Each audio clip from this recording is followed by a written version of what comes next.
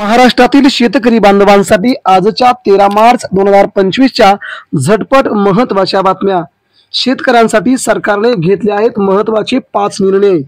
पीक विमा, अनुदान भरपाई, नुकसान भरपाई, त्याचप्रमाणे कर्जमाफी कधी होणार याबाबतच्या आजच्या शेतकऱ्यांसाठीच्या महत्त्वाच्या झटपट बातम्या। आनंदाचा शिदा, शिवभोजन थाळी बंद, विरोधकांचे आरोप सत्ताधाऱ्यांनी फेटाळले, पुरवणी मागण्यातून तरतूद होणार। मात्र या सगळ्या योजना बंद झाल्यानंतर शिवभोजन थाळी बंद करू नका, छगन भुजबळांसह विविध मंत्र्यांचे सरकार आव्हान। कांदा दरामध्ये घसरण सुरू, सरासरी दर 1600 रुपये प्रति क्विंटलवरती, शेतकरी अतिशय संतापला। उन्हाळा लाल कांद्याचे दर देखील कमी होत आहेत, त्यामुळे शेतकरी राजाचा सरकारवरती थेट हल्लाबोल। साखर कारखान्यांना 1000 कोटींचे कर्ज मंजूर, शेतकरी गेल्या 5 वर्षापासून मागतोय कर्जमाफी, मात्र सरकार द्यायला तयार नाही। मात्र कारखान्यांना कुठून पैसे येतात, सरकारला थेट सवाल। मंदिरे मशिदीच्या जमिनीवरती काढला पीक विमा, अंबादास दानवेंचा आरोप। 3 वर्षात 7000 शेतकऱ्यांच्या आत्महत्या झाल्या, तेव्हा सरकार काय झोपा करत होतं का, थेट केला एकनाथ शिंदेवरती आरोप।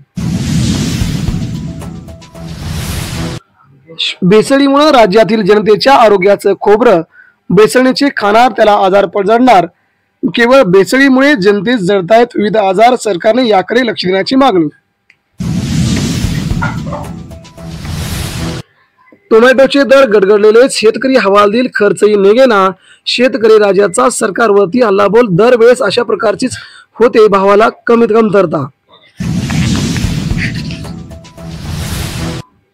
कृषीमध्ये AI ला चालना, 500 कोटींचा निधी, कृत्रिम बुद्धिमत्ता वापरासाठी सरकार धोरण ठरवणार असल्याची सरकारची माहिती।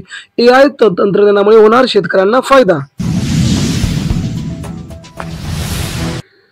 आश्वासनांचा विसर, नाविन्याचाही अभाव, अर्थसंकल्पात शेतीसाठीच्या तरतुदीत वाढ नाही, बळीराजासह लाडक्या बहिणींची बोलवण केल्याचा अजितदादांवरती आरोप। उष्णतेमुळे पाणी टंचाईच्या झळा, पुणे ठाणे विभागात 19 टँकरने पाणी पुरवठा अखेर सुरू।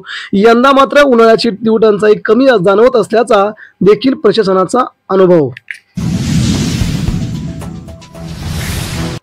दुधी भोपळ्याचे नवे वाण अखेर झाले प्रसारित, मध्य प्रदेश, गोवा, महाराष्ट्रातील शेतकऱ्यांना फायदा। महात्मा फुले कृषी विद्यापीठाने विकसित केलाय दुधी भोपळ्याचा नवीन वाण। महाराष्ट्रामध्ये पुढील 4 दिवस तापमान चढतेच राहणार, मात्र सोमवारपासून राज्याच्या उत्तर महाराष्ट्र, मध्य महाराष्ट्र, विदर्भातील बहुतांश भागामध्ये हलक्या पावसाची शक्यता। ऊस तोडणी मशीनचे वाहतूक, तोडणीचे दर वाढवावा, महाराष्ट्र राज्य ऊस तोडणी मशीन मालक संघटनेची मागणी। ऊस तोडणी मशीनचे आम्हाला कोणताही फायदा होत नसल्याचा आरोप। दौंड तालुक्यात चाऱ्याच्या दरात मात्र झाली वाढ, दूध उत्पादक शेतकरी झाला हवालदिल। दुधाला भाव मिळतोय कमी, मात्र चाऱ्याला डबल पैसे जात असल्याने शेतकरी सरकारवरती नाराज। अहिल्यानगरला 55,000 हेक्टरने कांदा क्षेत्रवाढ, 2.5 लाख हेक्टर क्षेत्राचा टप्पा ओलांडला। जिल्ह्यात यंदा विक्रमी कांद्याची नोंदणी, त्यामुळे आगामी काळामध्ये कांद्याला भाव येणार की भाव गडगडणार याकडे लक्ष। जनावरांच्या सुदृढतेसाठी पशुसखीचा सल्ला, उमेदच्या समन्वयातून उपक्रम, राज्यातील 650 महिलांना प्रशिक्षण, शेतकऱ्यांसह जनावरांनाही होणार याचा फायदा।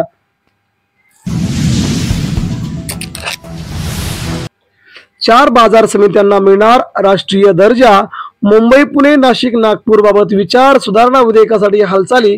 जर असे झाले तर शेतकऱ्यांसह महाराष्ट्रातील सर्वांनाच होणार फायदा। मिशन फॉर कॉटनसाठी 2500 कोटींची अखेर तरतूद, कापसाची उत्पादकता, दर्जा सुधारण्यासाठी प्रकल्प घेतला हाती, सरकारची सर्वात मोठी शेतकरी बांधवांसाठी घोषणा। कृषी क्षेत्रात 7000 कोटींची कपात, जयंत पाटील यांचा थेट आरोप। शेतकऱ्यांबद्दल अवाक्षरही नसल्याची विरोधकांची टीका, शेतकऱ्यांनी तुम्हाला मतदान केले नाही का, आवाड संतापले। पिवळा वाटाणा पुन्हा हरभऱ्याच्या मुळावरती, मुक्त आयातीला मुदतवाढ, उडदाला वर्षभराची मुदत. हरभरा उत्पादकांना अडचणीत आणण्याचा सरकारचा होतोय मोठा प्रयत्न. बिहारमध्ये 18 वर्षानंतर पुन्हा उभी राहणार बाजार व्यवस्था. बाजार समिती कायदाच 2006 मध्ये केला होता रद्दबातल. आता सरकारने केली अंमलबजावणी. बेदाणा उत्पादनामध्ये 25% घट झाल्याचा आरोप. प्राथमिक अंदाज 2 वर्षापासून उत्पादनात घट. नैसर्गिक आपत्तींचा फटका, त्यामुळे बेदाण्याच्या किमतीमध्ये होते दुप्पट प्रकारची वाढ. सुपे उपबाजारात फोडलेल्या चिंचेला 12,000 रुपये विक्रमी दर.